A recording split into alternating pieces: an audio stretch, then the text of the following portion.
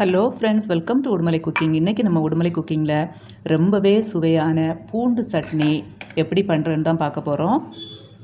இந்த சட்னி இட்லி, தோசை, பணியாரம் எல்லாத்துக்கும் தொட்டு சாப்பிட்றதுக்கு ரொம்ப ரொம்ப அருமையாக இருக்கும். அது மட்டும் இல்லாமல் இதே மாதிரி செய்து ஏர்டைட் கண்டெய்னரில் நீங்கள் ஸ்டோர் பண்ணி வச்சுக்கிட்டிங்கன்னா 1 வீக்கு ஒரு வாரத்துக்கு வரையும் நீங்கள் இதை யூஸ் பண்ணிக்கலாம்.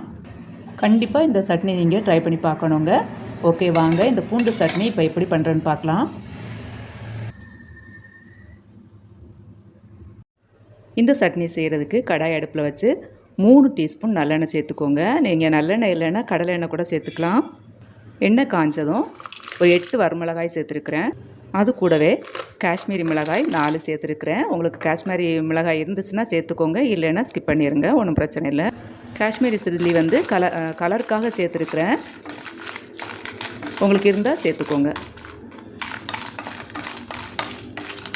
இதை இப்போ நல்லா வறுத்து எடுத்துக்கலாம். மிளகாய் பாருங்கள், இந்த மாதிரி முருகி வரும்போது எடுத்துக்கலாம். ரொம்பவே நம்ம கருக விட வேண்டாம். இதை இப்போ நம்ம எடுத்துக்கலாம்.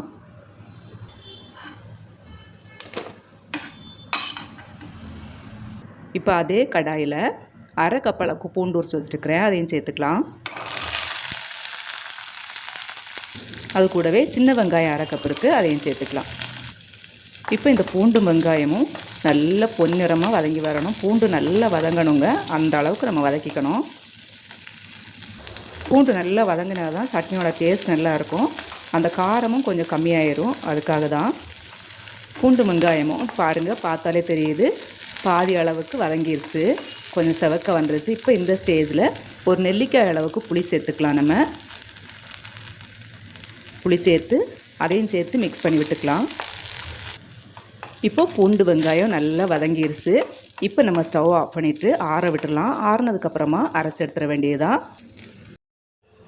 முதல்ல நம்ம வறுத்து வச்சுருக்கிற மிளகாயை மிக்ஸி ஜாரில் சேர்த்து அரைச்சி எடுத்துக்கலாம். மிளகாய் தனியாக அரைச்சி எடுக்கும்போது நல்லா அரைஞ்சி வந்துடும், நல்லா நைஸாக அரைஞ்சிரும். அதுக்காக தான் இப்போ இதை ஃபஸ்ட்டு அரைச்சி எடுத்துகிட்டு வந்துடலாம். மிளகாய் வத்தல் அரைச்சி எடுத்தாச்சு பாருங்கள். இப்போ இது கூட நம்ம வதக்கி வச்சுருக்கிற பூண்டு சேர்த்துக்கலாம். பூண்டு வந்து சூடாக இருக்கும்போது சேர்க்காதீங்க, நல்லா ஆற வச்சு சேர்த்துக்கோங்க. இது கூடவே தேவையான அளவு உப்பு சேர்த்துக்கலாம். இப்போ இது கூடவே கொஞ்சமாக தண்ணி சேர்த்து எந்த அளவுக்கு நைஸாக அரைச்சி எடுக்க முடியுமோ அந்த அளவுக்கு நைஸாக அரைச்சி எடுத்துக்கலாம். பாருங்கள், நல்லா நைஸாக அரைச்சி எடுத்தாச்சு. இது இப்போ இருக்கட்டும். நம்ம இப்போ சட்னிக்கு தாளிச்சிக்கலாம்.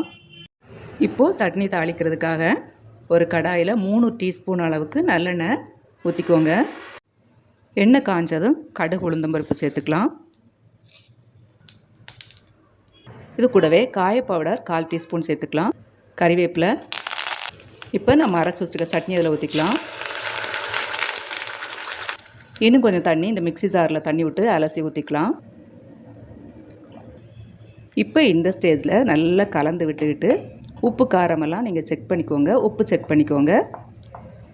உப்பெல்லாம் நல்லா செக் பண்ணதுக்கப்புறமா மூடி போட்டு ஒரு 3 நிமிஷம் அப்படியே விட்டுடலாம்.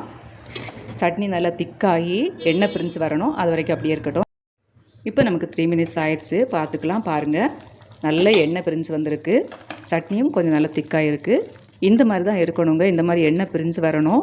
இந்த மாதிரி கெட்டியாகி எண்ணெயிலே நல்லா வதங்கி வரணும். அப்போ தான் நீங்கள் ஒரு நாள், ஒரு வாரத்துக்கு கூட வச்சுக்கலாம், இல்லை 10 நாள் கூட வச்சுக்கலாம், கெட்டே போகாது. நானும் இன்றைக்கி கொஞ்சம் நிறையவே செய்திருக்கிறேன், கெட்டு போகாது. ஏன்னா எண்ணெயும் அதனால் நிறைய ஊற்றிருக்கிறோம். நீங்கள் உடனே யூஸ் பண்ணுற மாதிரி இருந்துச்சுன்னா எண்ணெய் கொஞ்சம் கம்மியாக சேர்த்தாலும் பரவாயில்ல. அவ்வளோதான். இப்போ இந்த ஸ்டேஜில் நம்ம ஸ்டவ் ஆஃப் பண்ணிடலாம்.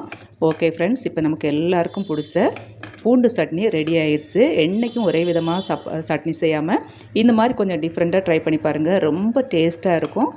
ஓகே ஃப்ரெண்ட்ஸ், இந்த ரெசிபி உங்களுக்கு பிடிச்சிருந்தா லைக், ஷேர் பண்ணுங்கள். நம்ம உடுமலை குக்கிங் சப்ஸ்கிரைப் பண்ண மறந்துடாதீங்க. தேங்க்யூ ஃபார் வாட்சிங். நெக்ஸ்ட் வீடியோவில் சந்திக்கலாம்.